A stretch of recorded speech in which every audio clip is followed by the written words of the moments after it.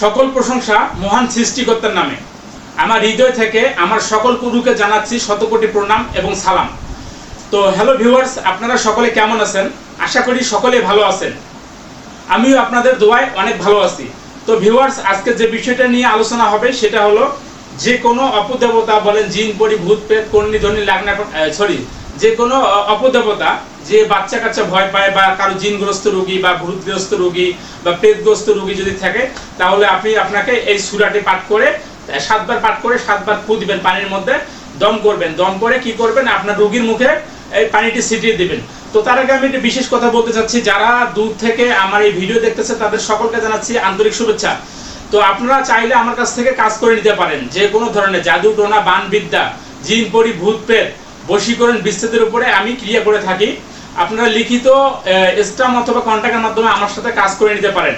আর যারা কাজ করে নিতে চান তারা অবশ্যই আমার সঙ্গে যোগাযোগ করবেন। স্ক্রিনে দেওয়া যে নাম্বার আছে ওই নাম্বারে যোগাযোগ করবেন, অবশ্যই আমি আপনাদেরকে সাহায্য সহযোগিতা করবো। আর যারা নিজে থেকে কাজ করতে পারবেন তারা আমার এই চ্যানেলকে ফলো করুন এবং সাবস্ক্রাইব করে রাখুন।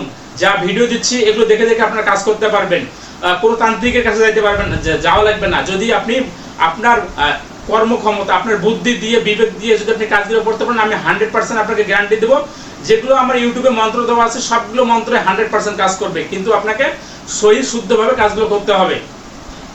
তো আজকে যাই হোক, যে বিষয়টা যে সূরাটা নিয়ে আমি আসছি, তা আপনি কি সূরা পাঠ করবেন? আউযুবিল্লাহি মিনাশ শাইতানির রাজিম, বিসমিল্লাহির রহমানির রহিম।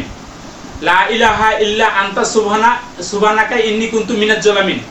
তো আমি আবারও বলতেছি, আউযুবিল্লাহি মিনাশ শাইতানির রাজিম, বিসমিল্লাহির রহমানির রহিম। লা ইলাহা ইল্লা আনতা সুবহানাকা ইন্নী কুনতু মিনাজ জালিমিন।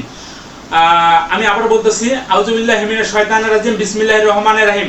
লা ইলাহা ইল্লা আনতা সুবহানাকা ইন্নী কুনতু মিনাজ জালিমিন। তো আপনি কি করবেন, এক গ্লাস পানি নিয়ে আসবেন। এক গ্লাস কাঁচের গ্লাসের মধ্যে হলে সবচেয়ে বেটার হয়, না পারলে একটা পরিষ্কার পাত্রের মধ্যে নিয়ে এসে একবার করে পড়বেন, একবার করে ফু দিবেন, একবার করে পড়বেন, একবার করে ফু দিবেন। এইভাবে 7 বার করে 7টা ফু দিবেন। ফু দিয়ে আপনি কি করবেন, যে জিনগ্রস্ত ভূতগ্রস্ত বা যে গ্রস্তই হোক না কেন, ওই রোগীর মুখে টুকু ছিঁড়ে দিবেন। ছিঁড়ে দিয়ে আপনি কি করবেন, একটু পানি খাওয়াই দিবেন। আর যদি তারপরে রোগী যদি না ওঠে, তার কানে কানে এই একটা সূরাটি বলবেন 7 বার।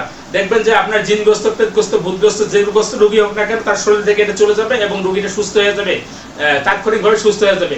তো এটাই ছিল আজকের বিশেষ ভিডিও। সবাই ভালো থাকবেন। অবশ্যই ভিডিওতে লাইক কমেন্ট করবেন যদি আমার ভিডিও ভালো লাগে।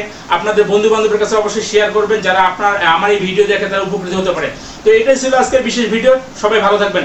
আল্লাহ হাফেজ।